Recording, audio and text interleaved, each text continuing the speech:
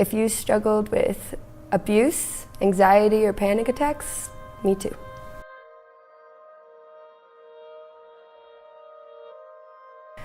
My story started probably when I was 7. I was molested the first time by neighborhood boys who came over.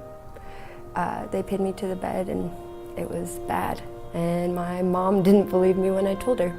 That's when I think anxiety really started to kick in, and I started feeling really lightheaded, and I didn't know what it was, but it was actually a panic attack at 7. The second point that really made my panic attacks and anxiety kick in is when my dad had major depressive disorder, and my uncle died of brain cancer when he was 20, I think.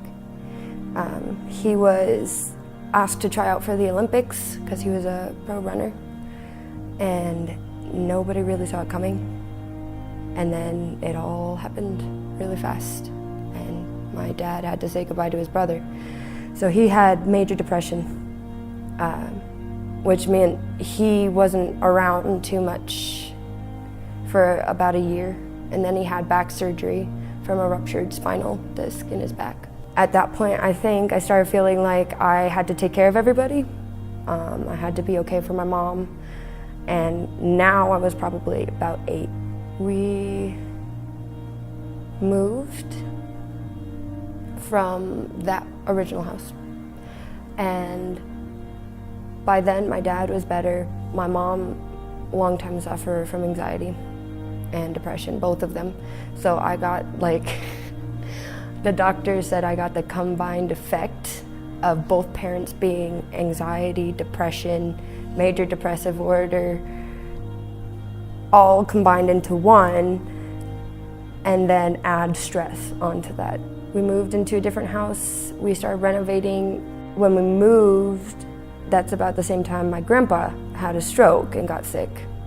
And about the same time that my cousin Nick was born with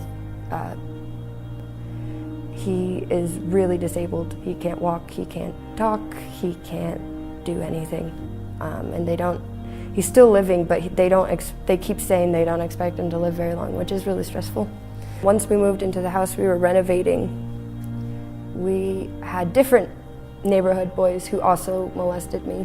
And that's really, really when I think the panic attack started. And by then I was probably 11. I started with self-harm. I didn't mean to. I didn't know. I just knew that I had pain and I didn't want it. And then at the same time I couldn't feel anything and I wanted to feel something.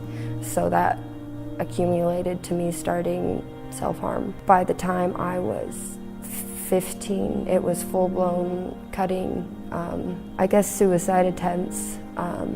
By 15 and 16, all of my guy friends, which I thought were friends, also took advantage. So by now I'm freaking out in the bathroom every day, 3 times a day, panic attacks all the time. I don't know what's wrong with me. Don't know how to control it. So instead, I self-harm.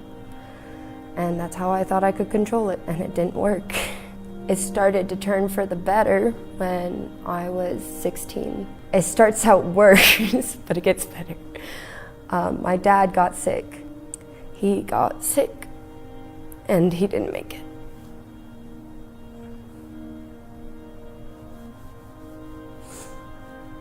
And I spent 2 years taking care of my siblings. At 16, he found out that I self-harmed while he was going through chemo, and he was sick. And his one focus was to get me better and to get me medicine and to get me help, which, yeah, I mean, he was going through chemo and he had lost a lot of weight and all of his hair.